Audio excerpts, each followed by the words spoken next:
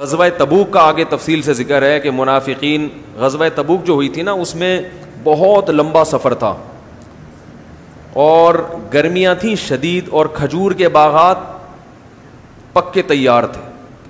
اب کتنی بڑی آزمائش ہے، پورے سال کی محنت اب رنگ لا رہی ہے اور شدید گرمی، اور حکم دیا جا رہا ہے جہاد میں نکل جاؤ. کیسی قربانیاں ہیں صحابہ کرام کی، آپ دیکھو. عرب کی گرمی، اور تبوک آج بھی سعودی عرب میں ہے، اچھا خاصا دور ہے اور ریگستانی سفر ہے. ریگستان میں اتنے لمبے سفر کرنا اور اتنی شدید گرمی میں، اور یہ بھی نہیں کہ کوئی پکنک منانے جا رہے ہیں، وہاں دشمن سے کیا ہے، لڑائی. اور ایسے موقع پہ جب پورے سال کسانوں کی محنت ابھی پھل دے رہی ہے، اور ایسے موقع پہ اپنے قیمتی باغات کو چھوڑنے کا حکم ہے. تو اس موقع پر منافقین نے بڑا لیت و لعل سے کام لیا ہے. ایکچولی مسئلہ یہ ہے، ابھی یہ پرابلم ہے، یہ پرابلم ہے. تو ہوا یہ کہ ان منافقین نے تو بہانے مارے، اور یہ فرض عین ہو گیا تھا جہاد، کیونکہ نبی نے سب کو نکلنے کا حکم دیا تھا. لیکن 3 صحابی تھے جو مخلص ہونے کے باوجود پیچھے رہ گئے. ایک کعب ابن مالک رضی اللہ تعالی عنہ، ہلال ابن امیہ، اور مرارہ ابن ربیع. یہ 3 صحابی ایسے تھے جن کے پاس وسائل بھی تھے، مال بھی تھا، مگر یہ پیچھے رہ گئے. جب رسول اللہ صلی اللہ علیہ وسلم واپس لوٹے ہیں، حدیث میں آتا ہے کہ جب نبی تبوک کے مقام پہ پہنچے تو آپ نے فرمایا ما فعل کعب ابن مالک، کعب ابن مالک کہاں ہیں؟ وہ تو میرے بڑے مخلص صحابی ہیں، وہ کیسے پیچھے رہ گئے؟ کسی نے عرض کیا یا رسول اللہ حبسہ برداہ والنظر فی عطفی، یا رسول اللہ ان کے پاس مال آج کل بہت آیا ہوا ہے، دولت نے ان کو پیچھے روک لیا. کسی دوسرے نے کہا کہ بیس ما قلتا، تم نے بہت بری بات کی کعب ابن زہیر مالک کے بارے میں. یا رسول اللہ ما علمنا فیہ الا خیرا، ہم نے کعب ابن مالک میں ہمیشہ خیر پائی ہے، کوئی عذر ہوگا، ورنہ وہ پیچھے رہ جانے والوں میں سے بولو نہیں. جب یہ لشکر واپس لوٹا تو نبی صلی اللہ علیہ وسلم مسجد نبی میں بیٹھے، تو اب جو منافقین ہیں نا وہ آ کے اپنے آزار پیش کرنے لگے. میں اصل میں یہ مسئلہ میرا یہ ہو گیا تھا کہ وہ مجھے تو حکیم نے منع کیے جانے، وہ میں اپنی طرف سے کہہ رہا ہوں، یعنی کچھ بھی الٹے سیدھے آزار، ڈاکٹر تو ہوتے نہیں تھے اس زمانے میں. میرے ساتھ ایکچولی یہ مسئلہ تھا، میرے ساتھ یہ نبی کو پتہ تھا کہ یہ جھوٹ بول رہے ہیں. آگے سورہ توبہ میں آ رہا ہے یحلفون باللہ یعتذرون الیکم، یہ عذر کر رہے ہیں، سب جھوٹے عذر ہیں. لیکن نبی صلی اللہ علیہ وسلم ان کے زبان سے نکلے ہوئے کلمات پر فیصلہ کر رہے تھے کہ تم کہہ رہے عذر تھا تو ہم مان لیتے ہیں، حالانکہ آپ کو معلوم تھا کہ یہ جھوٹ بول رہے ہیں. لیکن نبی نے ان کے ظاہر کو مانا کہ ٹھیک ہے. تو اب کیا ہوا، نبی صلی اللہ علیہ وسلم جب واپس تشریف لائے، چونکہ یہ سورہ توبہ میں پوری غزوہ تبوک کو بڑی ڈیٹیل میں بیان کیا گیا ہے، اور اس میں اس واقعے کو بھی اللہ نے ہائی لائٹ کیا ہے. تو نبی صلی اللہ علیہ وسلم جب واپس آئے تو منافقین جھوٹے جھوٹے آزار پیش کر رہے تھے. یہ ہو گیا، آپ کو پتا تھا جھوٹ بول رہے ہیں اور جھوٹی قسمیں اٹھا رہے ہیں، لیکن آپ نے ان کو چھوڑ دیا. جب کعب ابن مالک آئے تو بڑے پریشان تھے کہ میں کیا کہوں گا، میں تو مخلص ساتھیوں میں سے ہوں.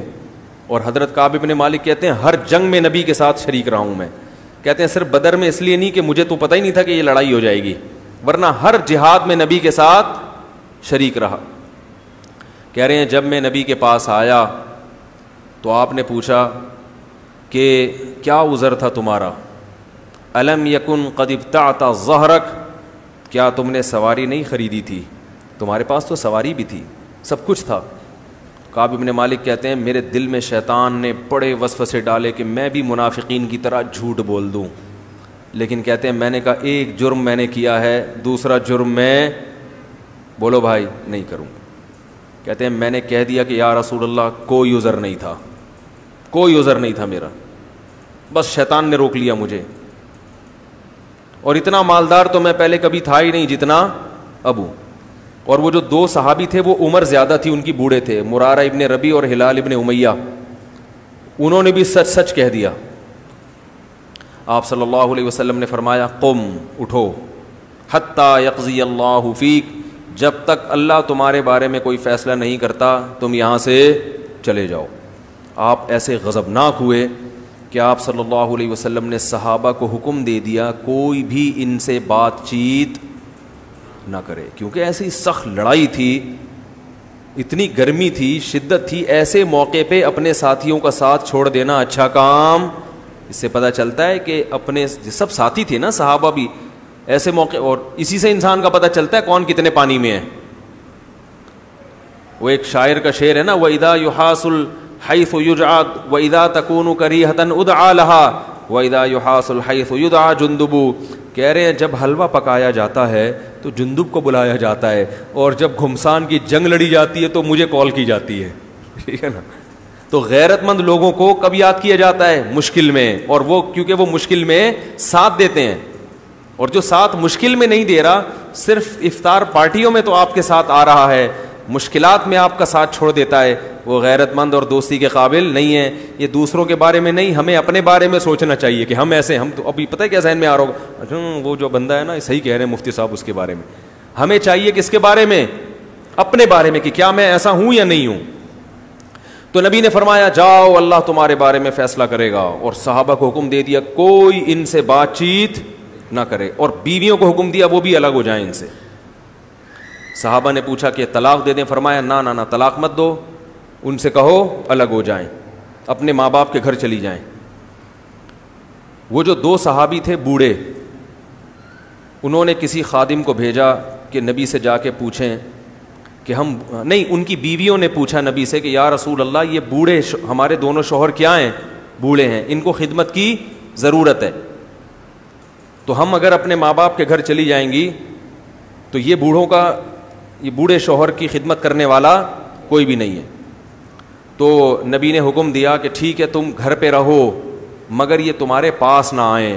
تو انہوں نے کہا یا رسول اللہ یہ ہمارے پاس آنے کی سکت نہیں رکھتے, کیونکہ جب سے ان کا بائیکاٹ ہوا ہے اور پتہ چلا ہے کہ نبی ناراض ہیں, یہ رونے کے علاوہ کوئی کام نہیں کرتے. کعب ابن مالک کہتے ہیں کہ مجھے لوگوں نے مشورہ دیا کہ تم بھی اپنی بیوی سے کہو کہ جا کے نبی سے پرمیشن لے آئیں. فرماتے ہیں میں نے کہا کہ وہ تو بوڑھے تھے, میں جوان ہوں, مجھے تو شرم آ رہی ہے. نبی بولیں گے تمہیں کیا خدمت کی ضرورت ہے بھائی. فرماتے ہیں میں نے نبی سے یہ درخواست, بولو بھائی, نہیں.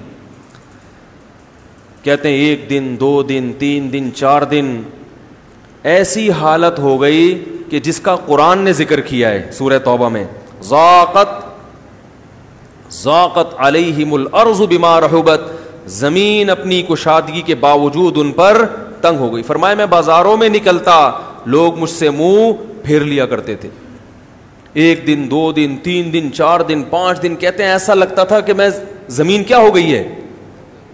دیکھو اس موقع پر اگر ذرہ برابر بھی نفاق ہوتا یا ایمان کمزور ہوتا, ہم ہوتے تو ہم کیا سوچتے کہ بھئی ساری زندگی ہم نے ساتھ دیا, اپنا وطن چھوڑ کے ہجرت کی, ہر میدان میں نبی کا ساتھ دیا, اگر ایک لڑائی میں شریک نہیں ہوئے تو کیا ہو گیا, ہم یہ کہتے نا.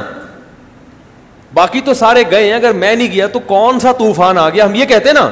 اور اس پر اتنی سخت سزا ہمیں دی جا رہی ہے کہ بائیکاٹ کیا جا رہا ہے, ہماری بیویوں تک کو اپنے والدین کے گھر بھیج دیا گیا, اور کوئی مدینہ میں ہم سے بات کرنے کے لیے تیار نہیں ہے. کتنی بڑی آزمائش.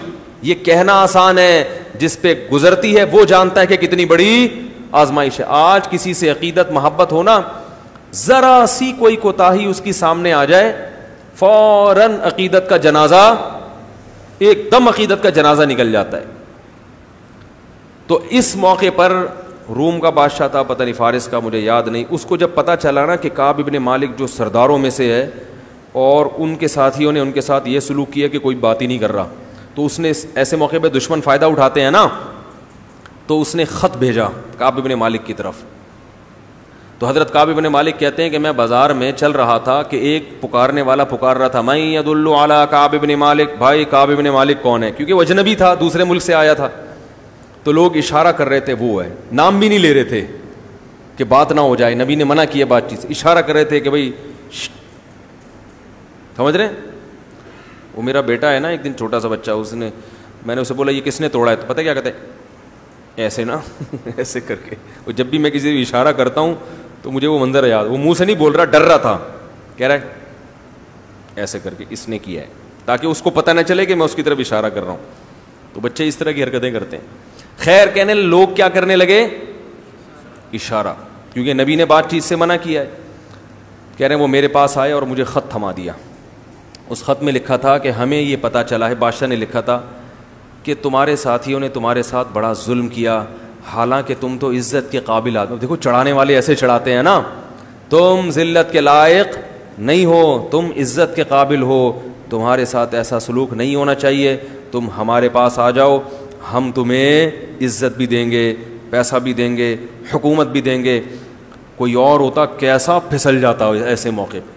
کعب بن مالک کہتے ہیں میں نے اس خط کو ایسے کر کے پھاڑا اور میں نے کہا جیسے ایک آزمائش میرے اوپر آئی تھی, اب یہ اللہ کی طرف سے, ایک آزمائش میں ناکام ہوا تو اتنی سزا مل رہی ہے اللہ کی طرف سے. وہ سمجھتے ہیں یہ سب کس کی طرف سے ہو رہا ہے, اللہ کی طرف سے. انہوں نے کہا یہ اتنی بڑی آزمائش, پھاڑ دیا اس خط کو.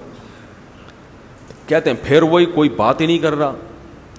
کہہ رہے میں جب مسجد نبی میں آ کے نماز پڑھتا, میں دیکھتا کہ نبی صلی اللہ علیہ وسلم میری طرف دیکھتے ہیں, لیکن میں جیسے ہی سلام پھیرتا تو آپ اپنے رخ کو میری طرف سے پھیر لیتے تھے. کیسا شاک گزرتا ہوگا. یہاں تک کہ 40 دن اسی حال میں گزر گئے.